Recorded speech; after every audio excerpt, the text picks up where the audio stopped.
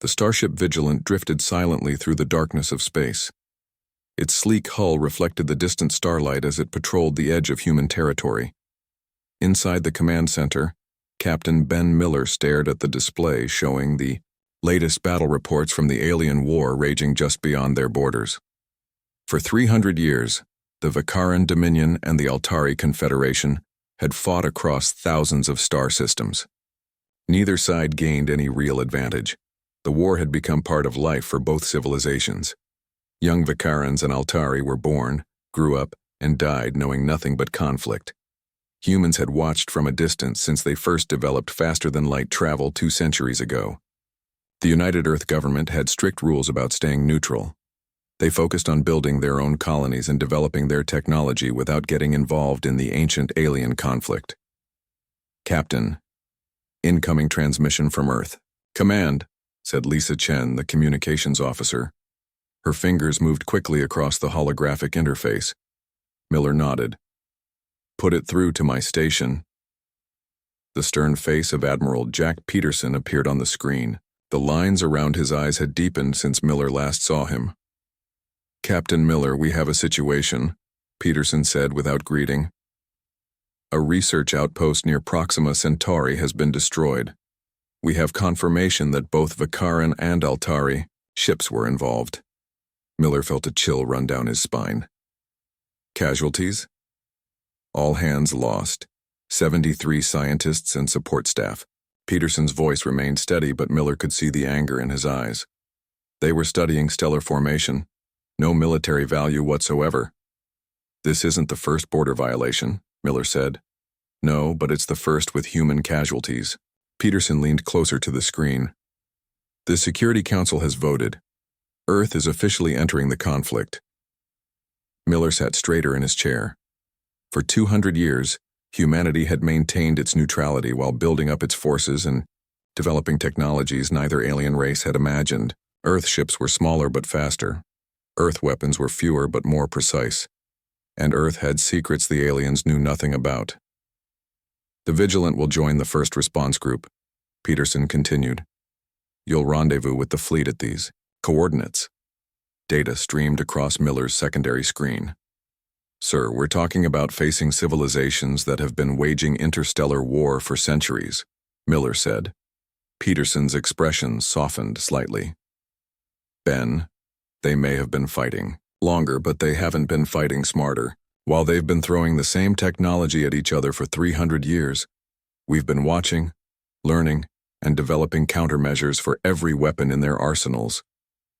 Miller nodded slowly. Earth military strategists had studied the alien conflict intensely. They knew the weaknesses of both sides better than the aliens themselves did. Your orders are to proceed to the rendezvous point and await further instructions from Admiral Susan Wright. She'll be commanding the operation. Peterson's image flickered. This ends now, Captain. Earth has been patient long enough. The transmission ended, leaving Miller staring at a blank screen. He took a deep breath and turned to his bridge crew. Set course for the coordinates we just received, he ordered, and prepare all systems for combat operations. The crew moved with practiced efficiency, though Miller could sense their tension. Humans had never directly engaged either alien species in battle. Today, that would change. Course plotted, sir, reported Nathan Jones, the navigation officer. Estimated arrival in 47 minutes using standard drives. Use the quantum fold drive, Miller said. We need to be there in 10. The bridge fell silent. The quantum fold drive was humanity's most closely guarded technological advancement. It didn't just move a ship through space, it folded space itself, allowing for nearly instantaneous travel across vast distances. Earth had developed it decades ago but kept it hidden from alien observation. Yes, sir, Jones replied, entering the new commands. Quantum fold initiating. The stars outside the viewports blurred and shifted. The Vigilant slipped between the fabric of space, traveling distances that would take Vikaran or Altari ships days to cover. When they emerged at the rendezvous point, Miller saw the gathered Earth fleet. 57 warships of various classes formed a precise formation.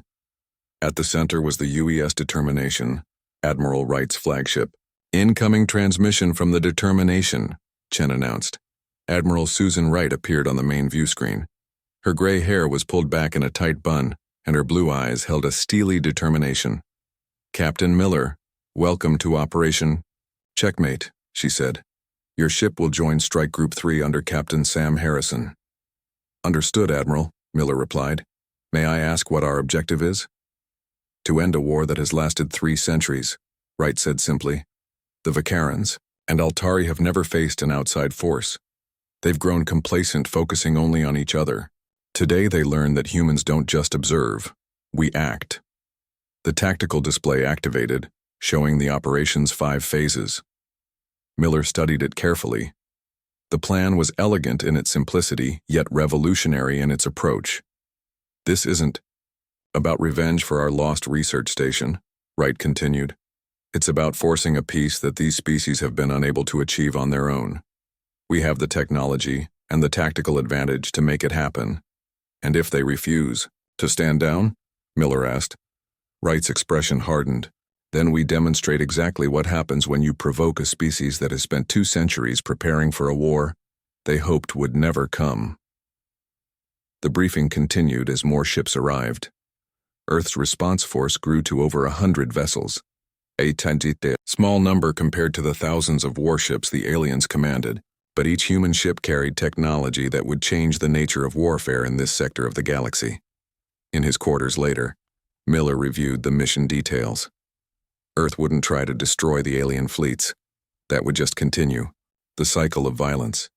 Instead, they would neutralize them, rendering their weapons and drives inoperable without harming the crews. The door chimed, and his executive officer, Olivia Martinez, entered. The crew is ready, sir, she reported. But they're nervous. We've never actually used our advanced systems in real combat. Miller nodded. Neither have I, Martinez. But I've seen the simulations. If everything works as designed, this war ends today. In 5 hours? Martinez asked, referring to the mission timetable. Maybe less, Miller replied. The aliens think we're primitive because we're young. They're about to learn that youth has its advantages. The ship alert sounded. Miller and Martinez returned to the bridge as Admiral Wright's final orders came through. All ships prepare to deploy. Wright's voice echoed through the comm system. Remember your training. Remember our objective. We end this war today. Thus, in a human fleet activated their quantum fold drives simultaneously. In an instant, they vanished from the rendezvous point, each group heading to their designated targets across the war zone. The first phase of Operation Checkmate had begun. The clock was ticking on a conflict that had lasted 3 centuries. Humanity had entered the war. The Vigilant emerged from its quantum fold near a massive space battle. Hundreds of Vicaran and Altari ships fired at each other with energy weapons and missiles. The flash of explosions lit up the darkness of space like a violent light show. Captain Ben Miller watched the battle with a calm focus. This conflict had been going on for so long that neither side even remembered why they were fighting. They just knew they were enemies. All systems ready, Captain, reported Olivia Martinez, checking the status displays. Quantum displacement. Field is charged and ready. Miller nodded. Begin Phase 1. Deploy stealth drones. Small disc-shaped objects launched from the Vigilant's lower bay. They moved silently toward the battle, invisible to both Vicaran and Altari sensors. Earth's stealth technology was unlike anything the aliens had developed, using principles of quantum physics that masked not just energy signatures but physical presence. Drones in position, confirmed the tactical officer. Ready to activate? On your command.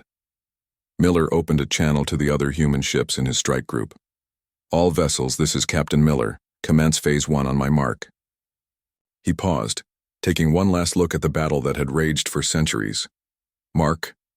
The stealth drones activated simultaneously. A wave of invisible energy spread across the battlefield. It wasn't designed to destroy. Instead, it targeted the alien ship's weapon systems and engines. One by one, the weapons of both sides fell silent. Engines shut down. The mighty warships that had been trying to destroy each other moments before now drifted helplessly. Phase 1 complete, Martinez reported. 94% of all targeted systems neutralized. Miller nodded. Phase 2. Make us visible. The Vigilant and 5 other Earthships dropped their cloaking fields. They appeared in a perfect formation between the now powerless alien fleets. To the aliens, it must have seemed like magic, ships appearing from nowhere, weapon systems failing without explanation. Open a channel to all vessels in this sector, Miller ordered, both Vikaran and Altari frequencies. The communications officer worked quickly. Channel open, sir. Miller stood tall. This is Captain Ben Miller of the United Earthship Vigilant. Your weapons and engines have been temporarily disabled. This conflict has spilled into human space and cost human lives. It ends today. On the command ship of the Vikaran fleet, Supreme Commander Voxaren raged at his crew. His massive form towered over the smaller officers as they frantically tried to restore power to their systems. What trickery is this? He demanded. How can these primitive humans disable our technology? His second-in-command spoke cautiously. Supreme Commander, our scans show their ships are using energy patterns we've never encountered before. Their technology is different from ours. Different doesn't mean superior, Voxaren snarled. Send the emergency signal to the rest of the fleet. We will crush these humans for their interference. Across the battlefield, aboard the Altari flagship, High Commander Alara Tsen received the same message from the humans. Unlike her Vekaran counterpart, she remained calm, studying the human ships with interest. Fascinating, she murmured. They've been watching us all this time, learning our weaknesses. She turned to her science officer. What can you tell me about their technology? Very little, High Commander, the science officer admitted. Our sensors can barely read their ships even though they're visible to our eyes. Whatever energy they're using, it's beyond our current understanding. Alara nodded slowly. Perhaps it's time we learn something new. Back on the Vigilant, Miller received responses from both alien commanders. The Vikaran Supreme Commander refuses to stand down, reported Lisa Chen. He's demanding we restore their systems immediately or face destruction. She paused, listening to another message. The Altari High Commander is more diplomatic, but also refuses to cease hostilities. Miller exchanged glances with Martinez. They still don't understand what they're dealing with. Should we proceed to Phase 3? Martinez asked. Miller nodded grimly.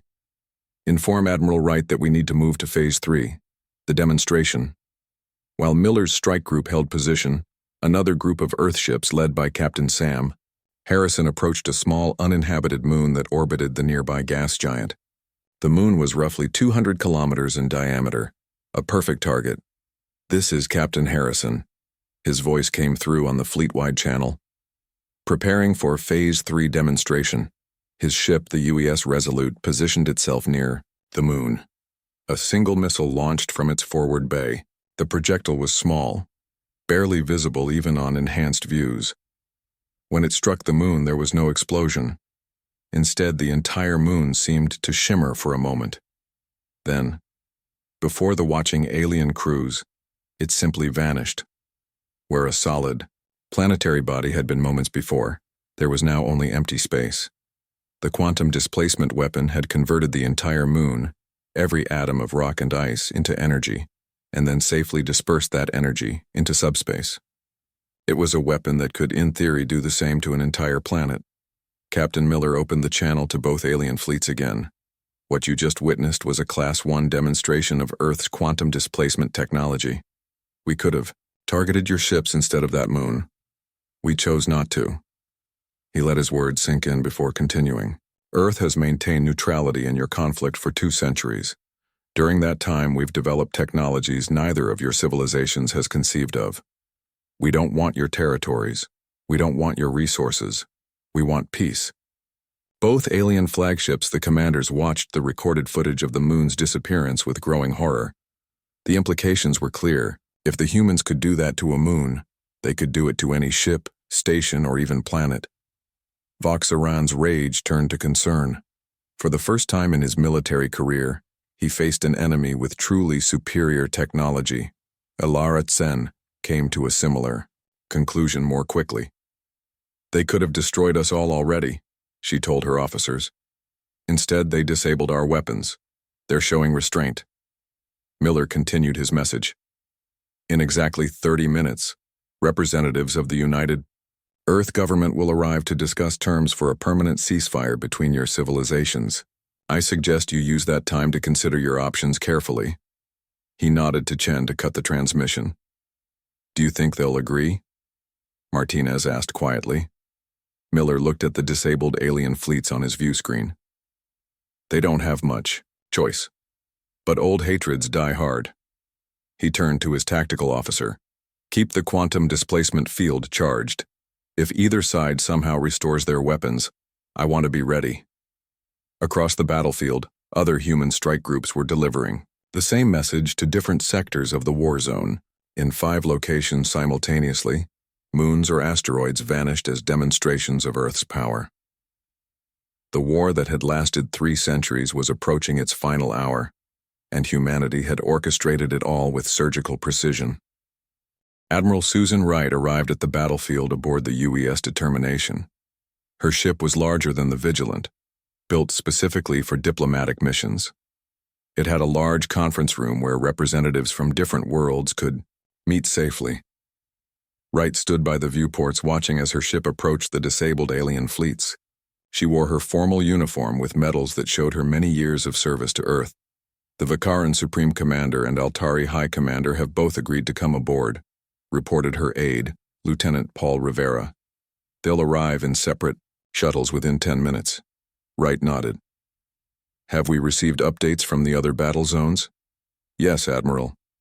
All 5 strike groups report similar success. The Vikarans and Altari are cooperating, though reluctantly. Rivera handed her a data pad. Captain Harrison reports complete neutralization of weapons in Sector 7. Captain Miller maintains control here. And casualties? Wright asked, her voice steady. Minimal, Admiral. 3 human ships damaged, but no lives lost. Some alien vessels tried to restore weapons and were specifically targeted. We've kept collateral damage to a minimum. Wright allowed herself a small smile. 3 hours into the operation, and we've effectively ended a 300-year war. Not bad for humanity's first major military action. The aliens still don't understand how we did it, Rivera said. Their scientists are baffled by our quantum technology. Good, Wright replied. Let's keep it that way for now. It gives us a stronger position in negotiations. The door chimed and Captain Miller entered. He had transferred from the Vigilant to join the diplomatic team. Admiral, he greeted with a nod. The alien commanders are approaching. The Vikaran shuttle is heavily armored, even though we've assured them they won't be harmed. Old habits, Wright said. They've been fighting so long they don't know how to trust. She straightened her uniform.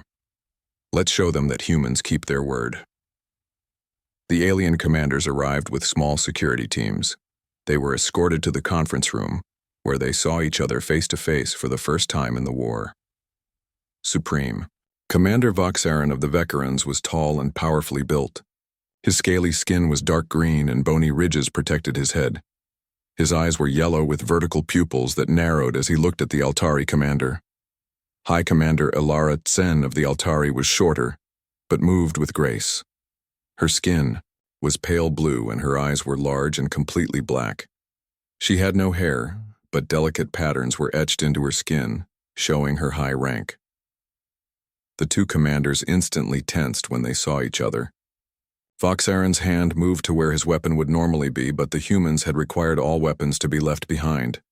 Supreme Commander, High Commander, thank you for agreeing to this meeting, Admiral Wright said calmly. Please be seated. The conference table was round, with Earth representatives sitting between the 2 alien groups. Captain Miller sat at Wright's right hand, while other human officers took notes and monitored communications. You have interfered in matters that don't concern you, Voxaran said, his voice deep and rumbling. This war has been fought for generations. It is our way. Your way has cost trillions of lives, Wright replied. And now it has cost human lives as well. That makes it our concern. Ilara Zen studied the humans carefully. Your technology is unexpected. Our scientists believed humans were at least a century behind our development. We let you believe that, Miller said. While you focused on fighting each other, we focused on innovation. Wright activated a holographic display above the table. It showed the galaxy, with territories marked in different colors. This conflict has destroyed thousands of habitable worlds. It has driven multiple species to extinction. It has prevented progress and cooperation that could benefit everyone in this sector of space. Voxeron growled. The Altari cannot be trusted. They broke the ancient treaties. That is a lie, Ilara interrupted. The Vekerons attacked our colony worlds without provocation. Enough, Wright's voice cut through their argument. We're not here to debate who started this war. We're here to end it. The hologram changed to show Earthships positioned at key points throughout both alien territories. Right now, Earth forces control every major strategic location in both your empires, Wright explained. We can disable any technology we choose at any time. Your weapons, your ships, your communication systems, all can be neutralized with our quantum displacement technology, Miller added. The same technology that made that moon disappear. The alien commanders fell silent, understanding the threat. But we don't want to rule your worlds or destroy your civilizations, Wright continued, her tone softening. We want peace not just for ourselves, but for you. What are your terms? Ilara asked, practical even in defeat. Wright displayed a new image, a treaty document. A return to pre-war boundaries. A demilitarized zone between your territories, monitored by Earth peacekeepers. Trade agreements that will benefit all three of our civilizations, and a council where future disputes can be resolved without violence. Voxeron studied the document, his expression unreadable. And if we refuse? Wright's gaze was steady. Then we will systematically disable every piece of advanced technology in your empires, starting with weapons, then space travel, then power generation. We will reduce both your civilizations to pre-industrial states if necessary. The conference room was silent. The alien commanders looked at each other, centuries of hatred between them, but also a new common enemy, or perhaps a common savior. How can we trust that you won't use this power to control us once we've signed your treaty? Ilara asked. It was Captain Miller who answered. Because Earth has had this technology for decades and we've never used it for conquest. We could have taken your worlds at any time. Instead, we watched and waited, hoping you would find peace on your own. We only acted when your war cost human lives, Wright added. We don't want your territories. We have our own path to follow. An aide handed Wright a message. She read it quickly. I've just received word that all other battle zones are secure. Your military leaders across both empires have stood down. The fighting has stopped for the first time in 3 centuries. She looked at both commanders. What happens next is up to you. Voxeron and Ilara exchanged a long look. Something passed between them. A recognition, perhaps, of how much both their peoples had lost to this endless war. The Altari will accept these terms, Ilara said finally. We are tired of burying our children. Voxeron's jaw tightened, but after a moment he nodded. The Vakaran Dominion also accepts. Admiral Wright allowed herself a small smile. Then let's make it official. As the alien commanders signed the treaty document, Captain Miller checked the mission clock on his datapad. 4 hours and 22 minutes since the first human ships had engaged. The war that had lasted 3 centuries was ending, and humanity had done it in less than 5 hours. News of the peace treaty spread quickly through both the Vekaran and Altari empires. After centuries of war, many citizens could not believe the fighting had actually stopped. Some celebrated in the streets. Others sat in shocked silence, wondering what life without war would be like. On the UES determination, Admiral Susan Wright met with her senior officers. The formal signing ceremony had ended, and now the real work would begin. The treaty is just the first step, Wright told them. Now, we need to implement it. Captain Ben Miller nodded. We have Earth ships positioned throughout both territories to maintain the peace, but we can't stay forever. We won't need to, Wright replied. She activated a holographic display showing a series of space stations. These will be built in the neutral zone between Vekaran and Altari space. Joint monitoring stations with crews from all three civilizations. Lieutenant Paul Rivera studied the plans. How can we be sure they won't sabotage the stations or use them to spy on each other? Because we'll be using Earth technology, Wright explained, and neither side will have full access to how it works. Miller smiled slightly. We're becoming the parents who hold the keys to the car. For now, Wright agreed. Eventually, they'll learn to drive on their own. On the Vakaran command ship, Supreme Commander Vox Aaron faced a difficult conversation with his war council. The older generals were furious about the treaty. You surrendered. To humans, General Crack shouted, his scales darkening with rage. Primitives who have barely left their home system. Vox Aaron's eyes narrowed. I surrendered to a force that made an entire moon disappear. Would you prefer they did the same to our homeworld? The council chamber fell silent. The humans could have destroyed us, Vox Aaron continued. Instead, they offered peace. They even allowed us to keep our original territories. A younger general, named Mira, spoke up. Commander, perhaps we should view this as an opportunity. We've spent all our resources on war for centuries. Now we can rebuild. Vox Aaron studied her thoughtfully. Yes. And perhaps learn from the humans. Their technology is impressive. Across space, a similar scene played out in the Altari High Council. High Commander Ilara Tsen faced opposition, but with a different tone. The humans forced our hand, said Councillor Varen, his voice soft but angry. We should appear to cooperate while secretly rebuilding our forces. Ilara shook her head firmly. No, that would be a grave mistake. She displayed images of the human demonstration. Their quantum technology can detect any attempt to hide weapons. They would know immediately. Another counselor, an elderly female named Sora, spoke with wisdom gained from a century of war. Perhaps it's time to try a different path. Our children have known nothing but fighting. Our artists create only memorials. Our scientists develop only weapons. The humans did in 5 hours what we couldn't do in 300 years, Ilara said. They ended the war. I believe they genuinely want peace. Meanwhile, Captain Sam Harrison of the UES Resolute oversaw the establishment of the first monitoring station in the neutral zone. His ship floated beside a massive construction project. Workers from Earth, Vekaran, and Altari moved large sections of the station into place. It's strange seeing them work together, said his first officer, Kate Wilson. A week ago, they were trying to kill each other. Harrison watched as a Vekaran engineer helped an Altari technician adjust a power connector.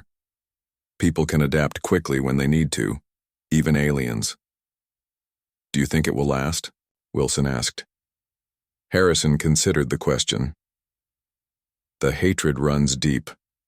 3 centuries of war won't be forgotten easily. He paused, watching the joint work crews.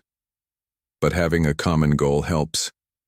And having Earth's quantum technology pointed at them if they step out of line helps even more. Back on the Determination, Admiral Wright received updates from all sectors. The ceasefire was holding. Earthships maintained their positions throughout both alien territories. The first monitoring stations were already under construction. It's going better than expected, Miller commented, reviewing the reports. Wright nodded. The ordinary citizens are tired of war. It's only some of the military leaders who want to continue fighting.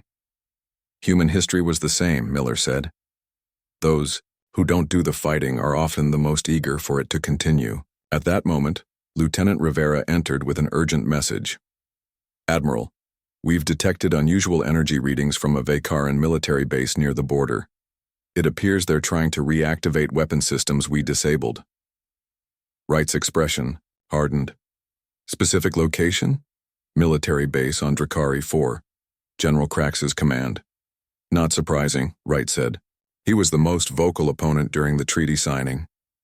She turned to Miller. Take the Vigilant, show them we're serious about enforcing this peace. Miller nodded and left immediately. Within minutes, the Vigilant jumped to the Vikaran world, using its quantum fold drive. The Vikaran base was massive, covering several square kilometers.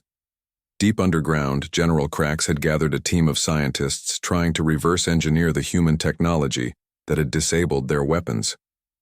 "We almost have it," one scientist reported. "The energy signature is similar to our phase disruptors, but using a completely different subatomic principle." Krax smiled, showing sharp teeth. "Once we understand their technology, we will—" The general's words stopped abruptly as the lights flickered. Then all power in the facility shut down. Emergency lights activated, casting a dim red glow over confused faces. Above the planet, Captain Miller directed a precisely targeted quantum displacement field. "Focus only on their power systems and research computers. I want minimal collateral effect." "Field deployed, sir," Martinez confirmed. "All targeted systems neutralized." Miller opened a communication channel. "General Krax, this is Captain Ben, Miller of the United Earth ship Vigilant. Your attempt to circumvent the peace treaty has been detected and stopped." In the underground base, Krax heard the human's voice coming from every speaker. His scales darkened with rage. "We've disabled your facility's power systems and research computers," Miller continued. "This is your only warning.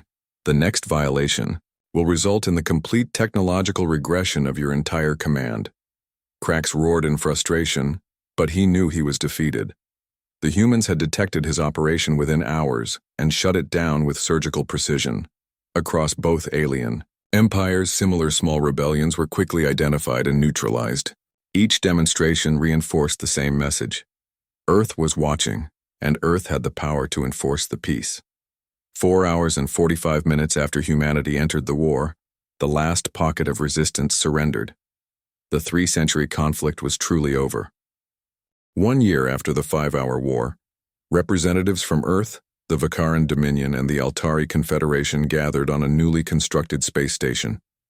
The station floated in the neutral zone between the former enemy's territories. Its design combined elements from all 3 civilizations, a physical symbol of their new cooperation.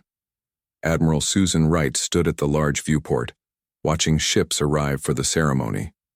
The massive station had taken months to build. Even with all 3 species working together, now it would serve as the headquarters for the Trilateral Peace Council. "Quite a view," said Captain Ben Miller, joining her at the window.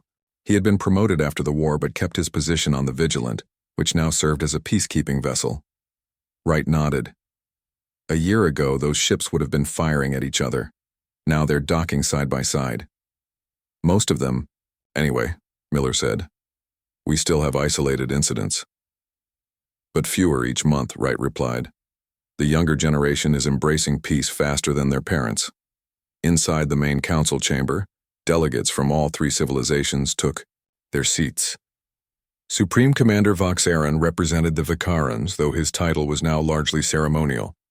His military had been restructured for defense only, with many resources redirected to rebuilding war-damaged worlds. High Commander Ilara Tsen led the Altari delegation. She had become a strong advocate for peace, pushing her people to look forward, rather than dwelling on past grievances. President Maria Garcia represented Earth. She had traveled from the Sol system specifically for this historic occasion. Her security team looked nervous about her presence so far from home, but she had insisted on attending personally. 1 year ago today, President Garcia began, humanity entered a war that had devastated this region of space for 3 centuries. We entered not to conquer, not to destroy, but to create peace. The assembled delegates listened carefully. Translation devices allowed everyone to hear her words in their native language. That peace was achieved in less than 5 hours, she continued. But maintaining it, building upon it, transforming it from an enforced ceasefire into true cooperation, that has been the work of the past year, and will be our work for many years to come. Vox Aaron rose to speak next. The massive Vikaran looked uncomfortable in diplomatic settings, but he had learned to adapt. "The Vikaran people were created for war," he said, his deep voice rumbling through the chamber. "For generations we knew nothing else. We believed the Altari were our eternal enemies. He paused, looking at the Altari delegation. We were wrong. Murmurs spread through the chamber. Such an admission from a Vakaran Supreme Commander was unprecedented. The humans showed us another way, Voxaran continued. Not through weakness but through strength used wisely. They could have destroyed us.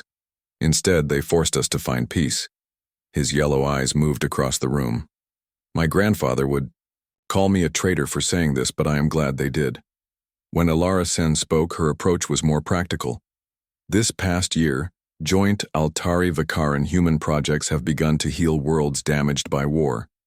We have reopened trade routes closed. For centuries, our scientists worked together instead of developing weapons to use against each other. She activated a holographic display showing the progress of various restoration projects across both territories. We have much to learn from humans, she said. Not just their technology, but their perspective. They showed us that our conflict had become a habit, one we could break. After the formal speeches, the leaders signed the Trilateral Treaty of Cooperation. Unlike the initial peace treaty signed under threat of force, this agreement was voluntary. It established permanent diplomatic relations, trade agreements, and continuing cooperation on technology and science. Later, at the reception, Captain Miller found himself talking with a young Vakaran officer named Mira, who had been promoted to general after Krax's removal. Your ships still patrol our borders, she noted, watching Miller carefully. Some of them, Miller agreed. Fewer than before. And your quantum technology? You still keep its secrets? Miller smiled slightly. For now. There are research exchange programs starting next year. Mira's scales shifted color slightly, showing her interest. My people have difficulty with trust. 300 years of war does that. Humans understand, Miller said. Our own history is filled with conflict. We nearly destroyed ourselves more than once. Yet you found peace. Eventually. And not perfectly. Miller gazed out at the stars.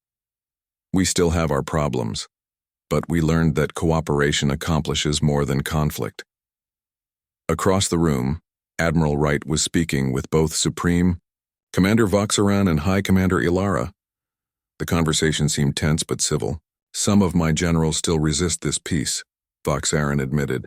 They dream of returning to war. As do some of my council, Ilara said. Old hatreds run deep. Wright nodded, understanding.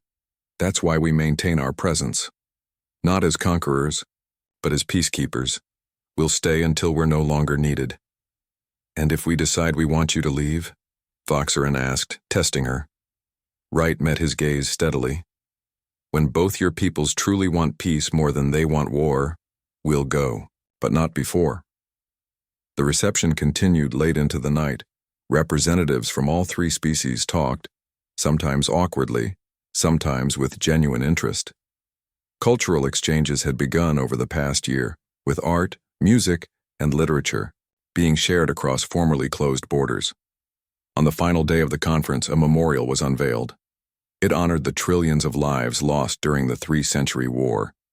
The monument was simple, 3 pillars representing each civilization, supporting a sphere that symbolized the shared future they now work toward. Captain Miller stood with Admiral Wright as the memorial was dedicated. Do you think it will last? Miller asked quietly. After we remove our ships and stop our patrols? Wright considered the question. I think it has a chance. A year ago, Vakarans and Altari couldn't be in the same room without trying to kill each other. Now they're working together on joint projects. Because we make them, Miller pointed out. At first, yes, Wright agreed. But I've seen something changing, the younger generations especially. They're curious about each other, not hateful. They watched as a group of young officers, Vakaran, Altari, and human, laughed together at some shared joke. The 5-hour war ended 3 centuries of conflict, Wright said. But what we're doing now, that's the harder part. Building something new always is. As the Earth delegation prepared to return home, President Garcia gave a final address. Humanity entered this region as peacekeepers, she said. We remain as partners. The galaxy is vast, with wonders and dangers beyond our current understanding. Better we face them together than waste our strength fighting each other. The Vigilant escorted the President's ship back toward Earth space. From the bridge, Captain Miller took one last look at the joint space station gleaming against the stars. In less than 5 hours, humans had ended a war that had raged for 3 centuries. In the year since, they had done something even more remarkable. They had helped former enemies begin to build a lasting peace. The real work was just beginning, but for the first time in their long, violent history, the Vicarans and Altari had something new. They had hope.